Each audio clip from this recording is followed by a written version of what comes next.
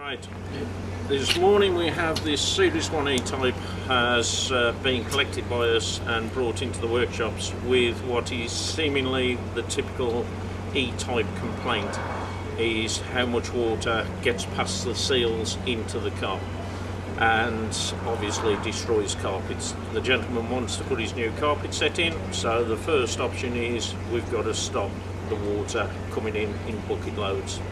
Okay, so we'll first do a water test to establish where most of the leaks are.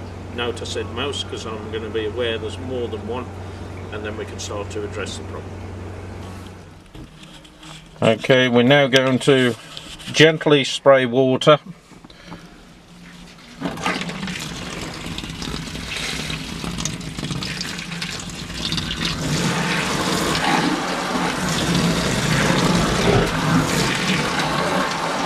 Got water coming through this door edge here.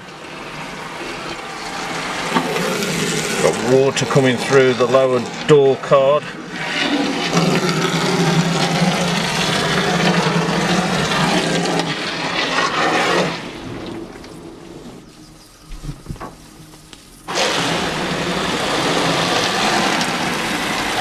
Water dripping through the screen rubber. Both areas quite considerably.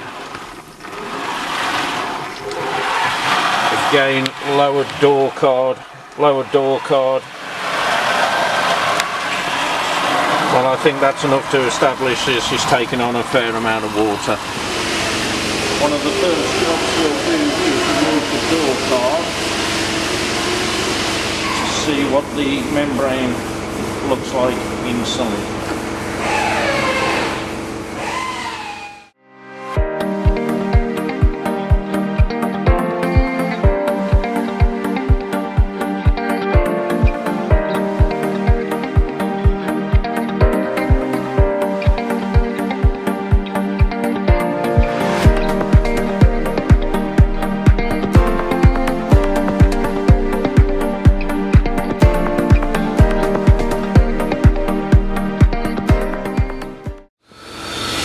We can see over time the water has been running down the back of the panel, which obviously is only of a crushed card, would not take long to destroy.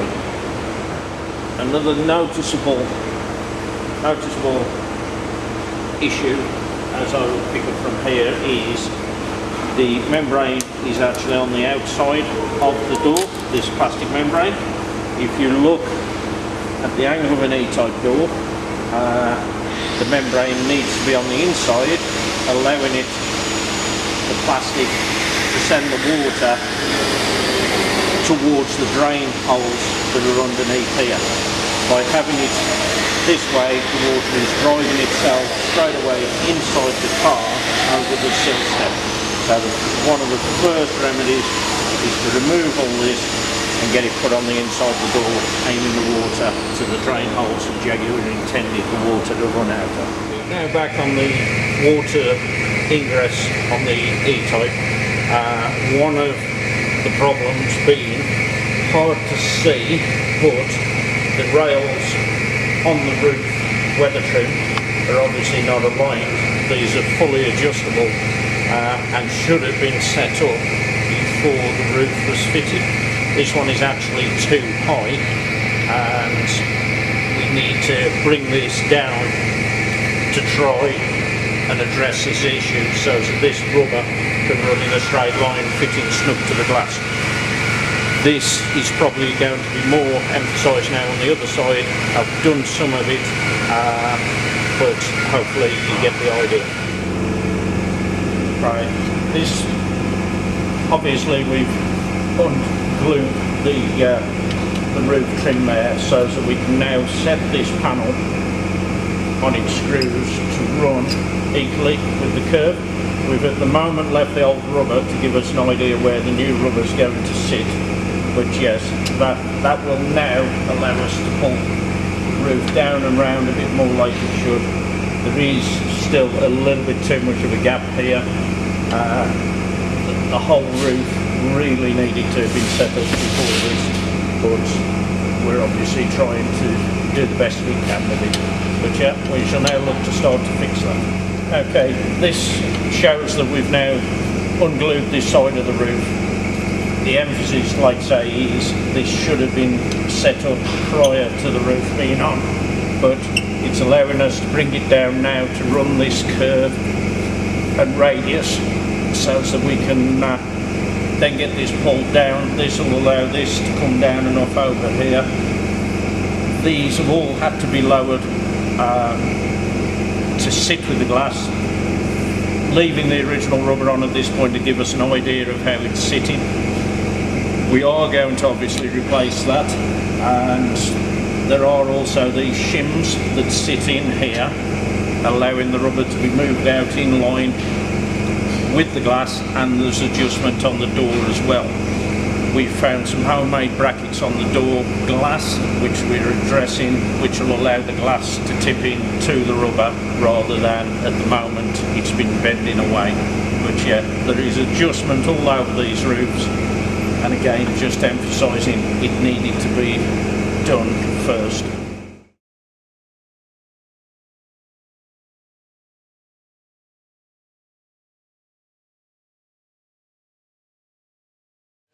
Now pull the door rubbers off. Not a lot of glue holding, but again, desperate need of changing.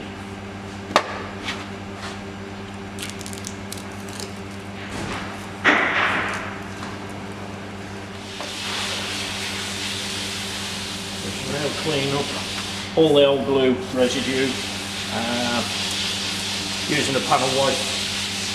Clean it all out, scrape it clean, so that we've got a clean base to work with.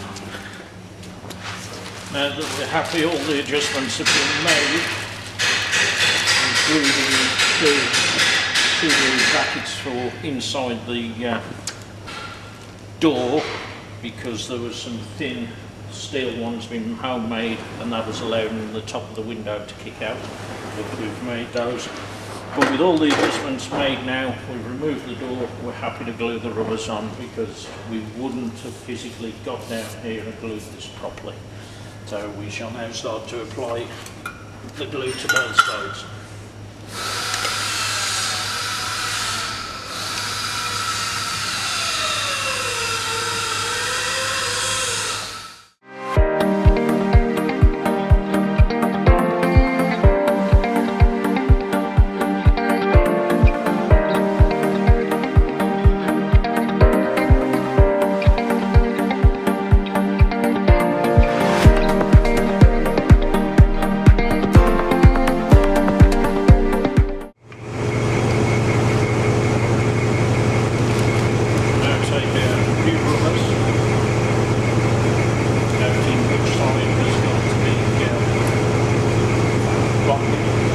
These cutouts are actually for the drain plates at the base of the doors, and it fits that way.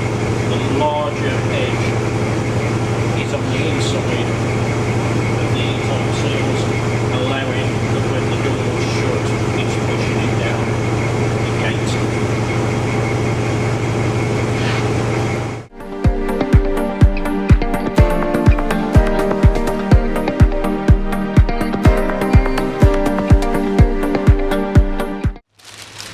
Again, we can see these rubbers have been supplied by a Jaguar specialist, S&G Barretts in this particular case of supply. All of the extrusions seem to be of a good quality, and we are fully confident in these.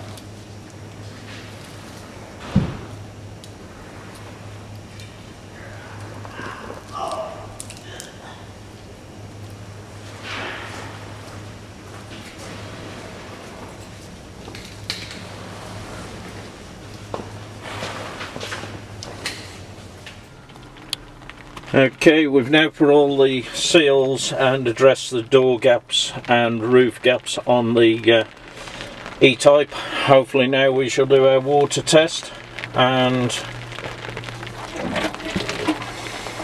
go from there.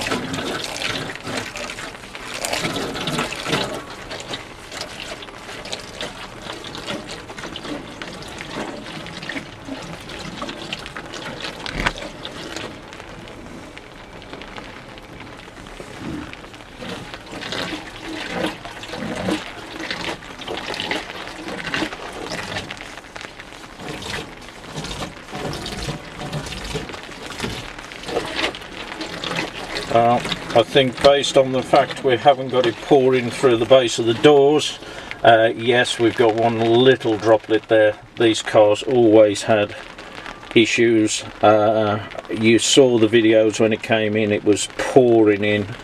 Both sill steps are dry, round the apertures are dry. I'm going to say, yeah, one little droplet. On a rainy day as well, as we can see, or probably here on the roof, I would class that as a massive success for a car that's not been set up during its process of body restoration, so we've had to work with what we've got. Right, we're now ready to load this on the transporter to send it back to its rightful owner. Just to clarify, you hopefully have seen the final stage of the video to show that basically she repelled the water, and compared to how it leaks in the first video. Just a quick recap on what we've done.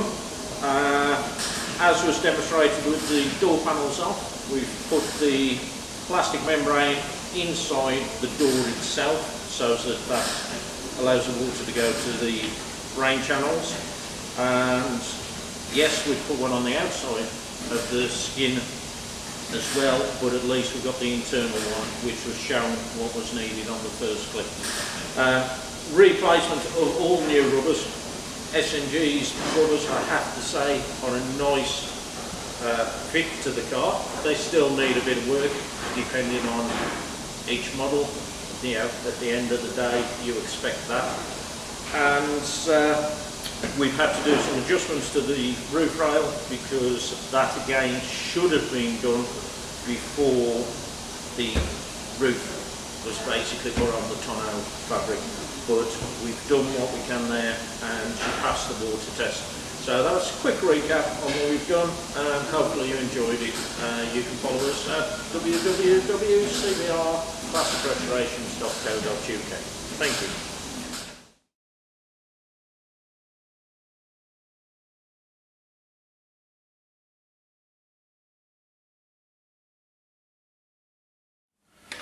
Okay, you join us with the Series 3 V12 that you've seen us take the engine apart with. Carrying on with this project is the body shell, which has had all external welding lead loaded, all door gaps lead loaded.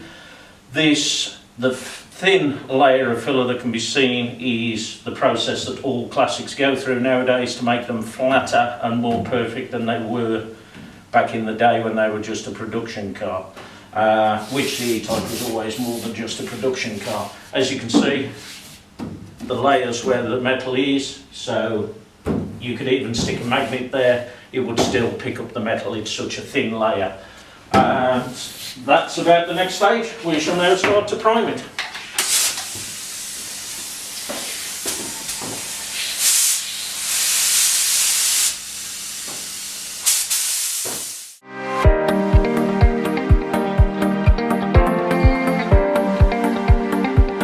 This V12 tub is Series 3, obviously being a V12. It is the one that you saw the engine been stripped down on where it had been stored wrongly for some years, and we're now about to give it, after all these years, a lease of life with its nice shine.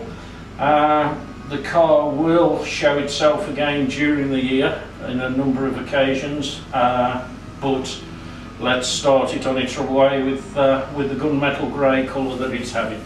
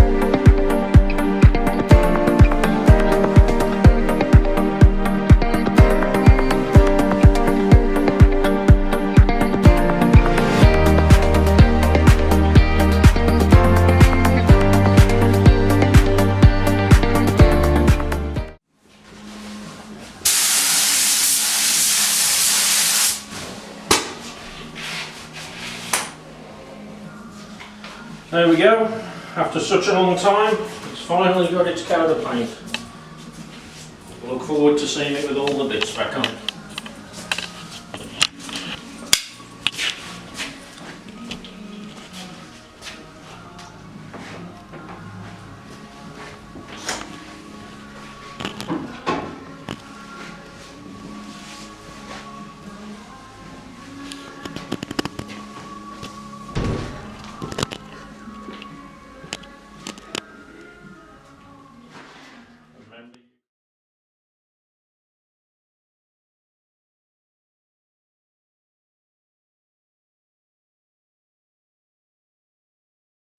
Right, today we have a Series 2 that's been a home restoration, and the customer has actually had the car running to find the next time he started it, one of the valves has stuck in the head.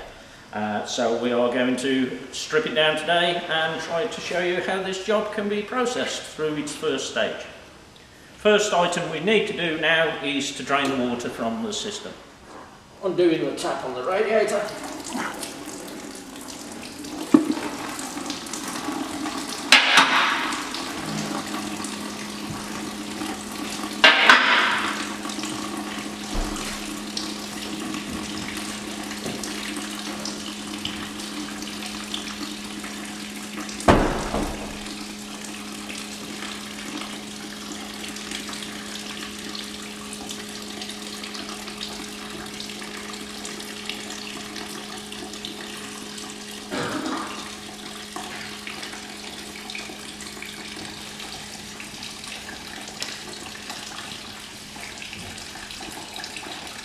Some items have already been removed, as in the nuts, but we've left them in place for physical viewing.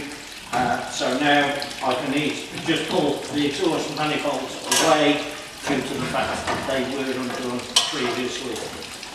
The same stands with the rocker covers. They have already been unbolted to try and speed this process up.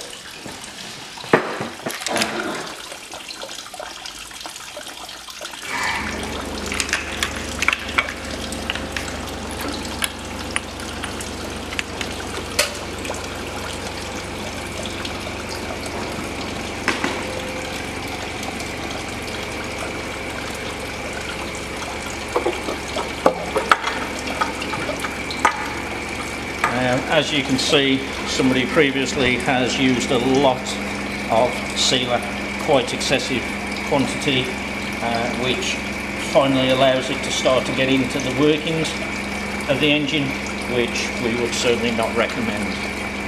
If sealer is used, which we all know these rocker cover gaskets do have a tendency to weep, it is a case of the finest little smear of Polymer or equivalent materials.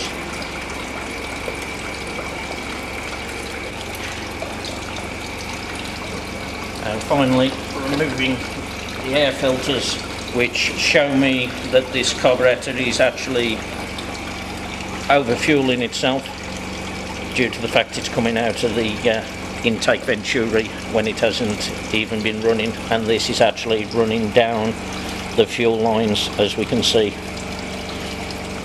We will have to address that fuel issue with the fuel load levels being adjusted after we've addressed the cylinder head.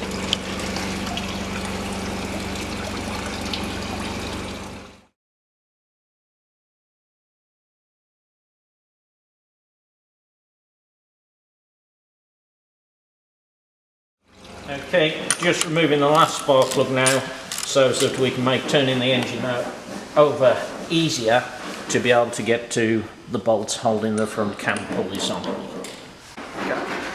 Right, we now need to cut the lock wire that holds the two cam bolts from being able to physically turn if, heaven forbid, they tried to loosen themselves during running.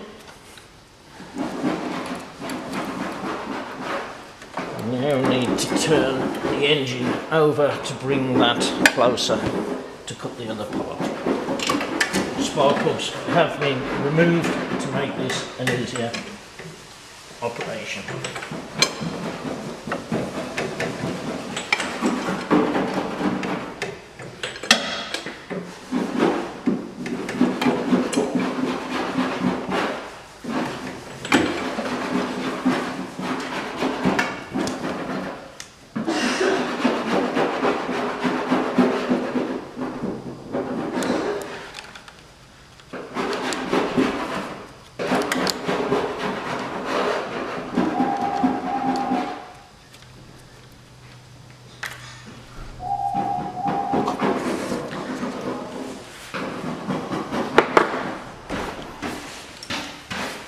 Okay, so I'm now, after removing the lock wire, remove the two bolts that are holding the front cam pulleys.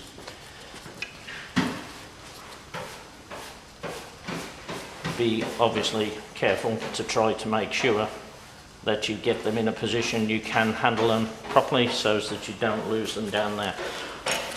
One item that is imperative, I say, around the workshop is label all items, get yourself some freezer bags. You can write on them exactly what parts have come from what part of the engine. We can't turn this particular engine any further at this point to get this other bolt easily, due to the fact that the stuck valve has now made it that the piston can't come up anymore. So we would have preferred to have turned this a little bit further around, but we've got to work around the challenge.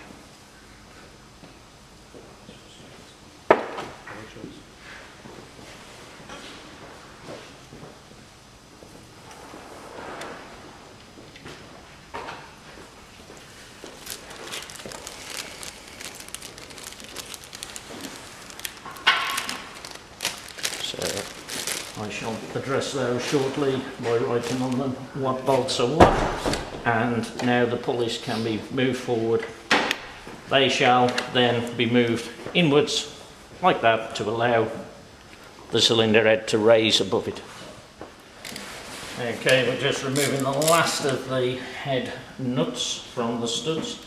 There is a sequence to slacken off, along with the same for tightening in reverse order, just to spread the head evenly. But we can get into that when we get to the point of putting it all back together.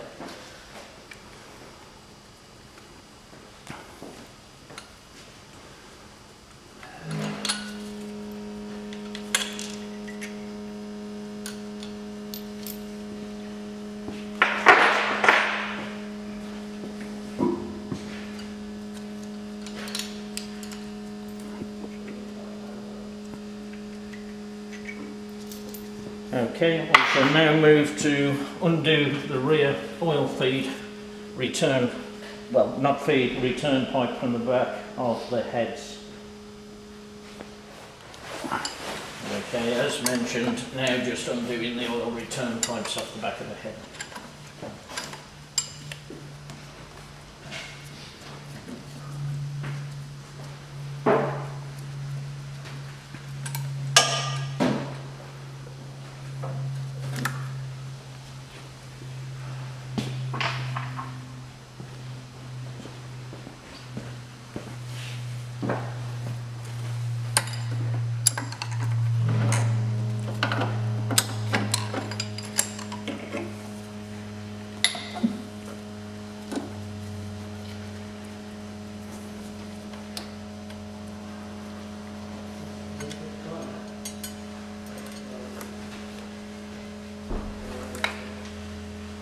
Make sure you remember when refitting there are 2 copper washers on these banjo unions.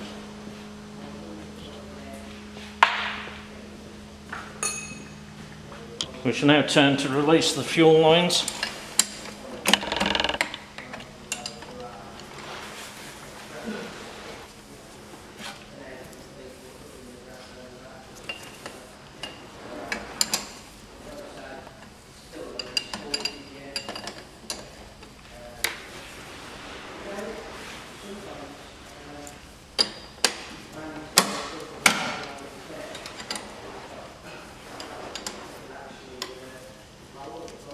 Conversation you can hear in the background is actually a customer talking to staff regarding the E-type that we are doing the bare metal respray on.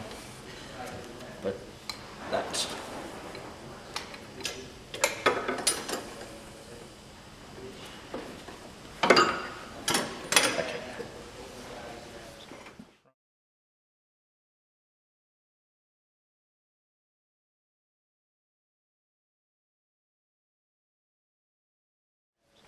right. Now that the water level has dropped below the required level, well, has been drained, we'll now undo the coolant hoses.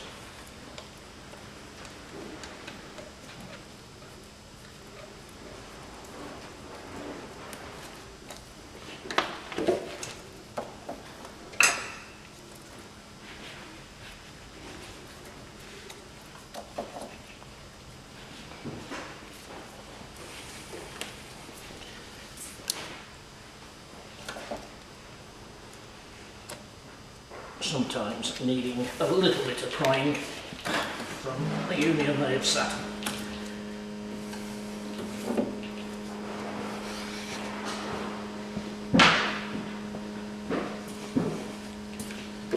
We shall also undo the advance and retard pipe from the distributor to the carburetors.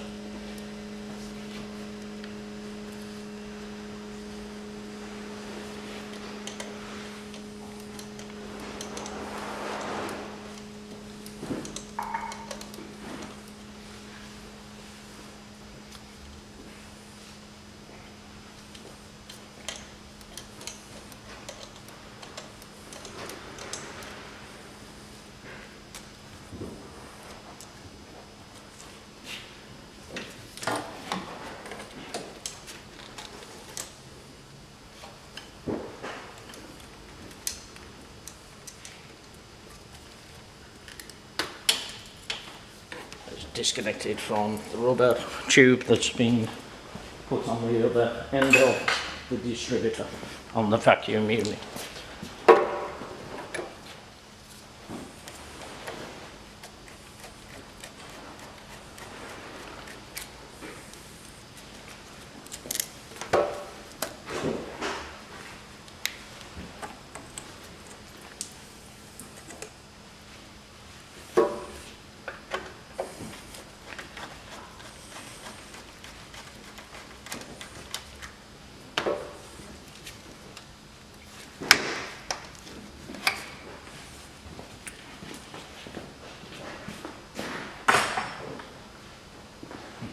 Right, you join us now as we're removing the last stud that has relented and allowed us to take it out. The remaining 6 studs haven't, but we have got access. The head is now rocking. I've pulled both cam gears together to give us access as the head lifts. There are a couple of other items being removed or slackened off out of the way. We didn't show you those for obvious, trying not to lose your interest in this project. Right, I now need John to come along and give me a lift to help get the head off due to its bulk and weight. And thank you, John.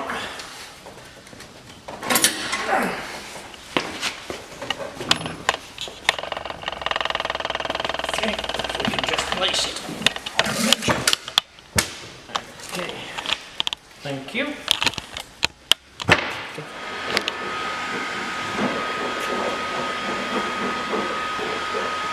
We've now flattened off the camshafts, and it is now imperative that these caps are all kept in order. They are actually numbered on the cap and the head. This one stating number 2, and the numbers when refitting have got to match with the side that number has been stamped due to the way that they are machined. Okay, we shall now finish removing the camshafts and turn the head over.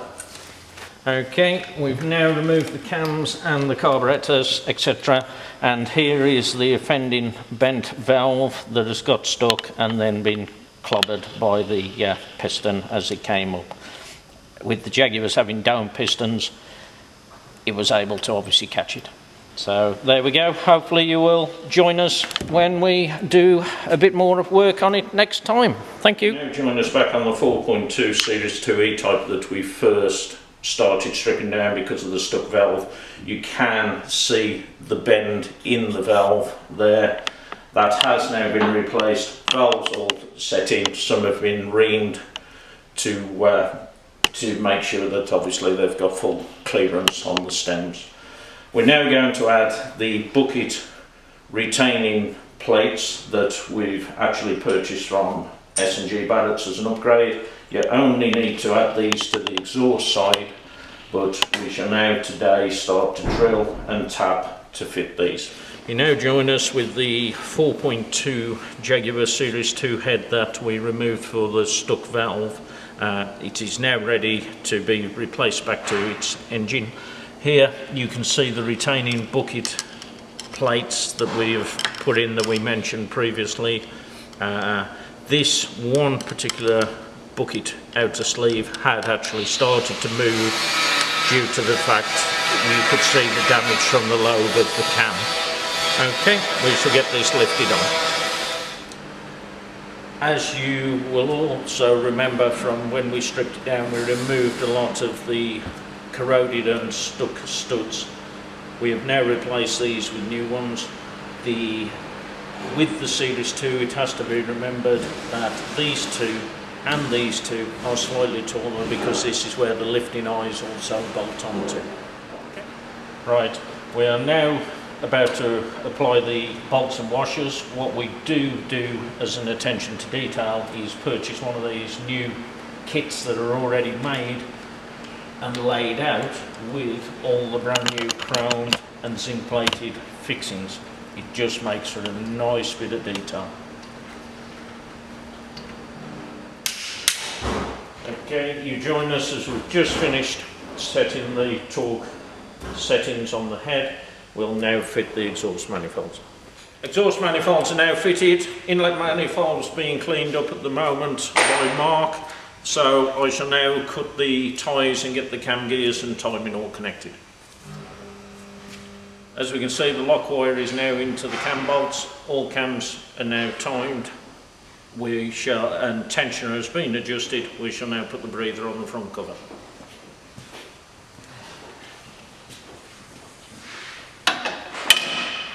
You now join us with coolant in, oil in, everything done except for the rocker boxes and the plug leads just to connect, and then we're ready to start. Okay, you join us now. All the fluids, oil levels, coolant are all checked. Everything's back together. Let's see what it sounds like.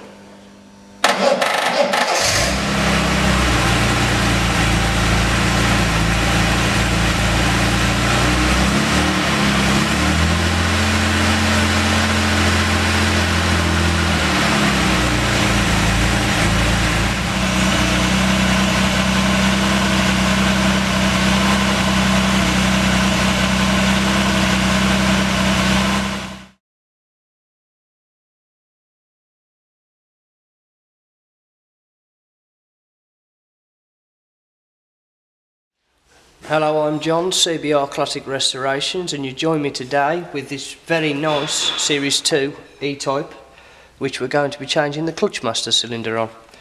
due to the fact that the fluid has gone very dirty and black, which indicates that the seals are starting to give up. I've already undone the pin off the pedal because it's done from underneath the dashboard. Just a little clip and then that slides out, which releases it off the pedal, rather than try and show you that from underneath the dash, which you can appreciate would be very hot. I'm going to start by undoing the rest of the air filter system. I have undone a lot of the bolts already, there's just one left, but they bolt from the back with 1/2 inch nuts and washers.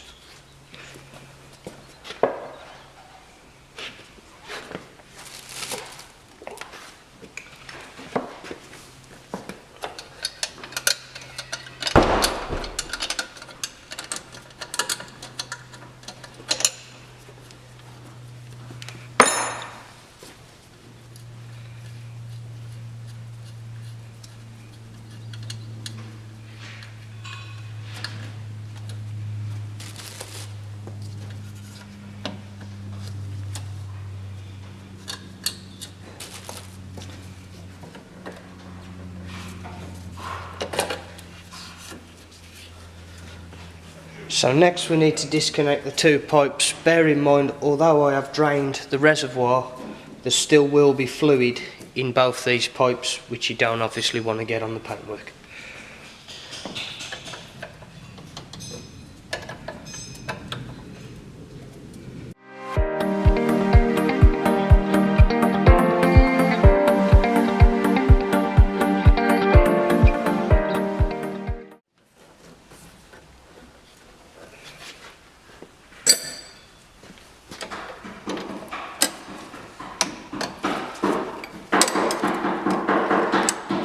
So that's the outlet side of the master cylinder undone. Just going to undo the one that comes from the reservoir.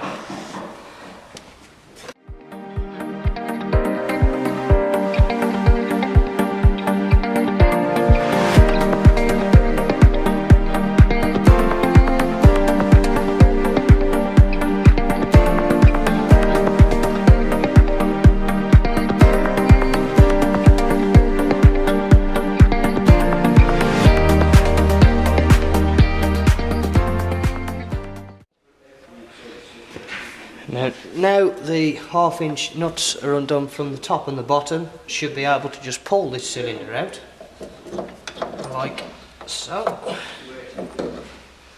and there's the cylinder. Now the arm on this cylinder is different, so I'm going to have to use this one to the one that S&G Barretts have supplied. But if we just have a look in the end of this cylinder, yep, very wet and horrible, so it was right to be changing this. We will also change the slave cylinder as well as an air of caution. Now join us on our next video where I'll be changing the oil and filter on this car as soon as Andy from CBR Classic Restorations has changed and done the valve clearances. Thank you.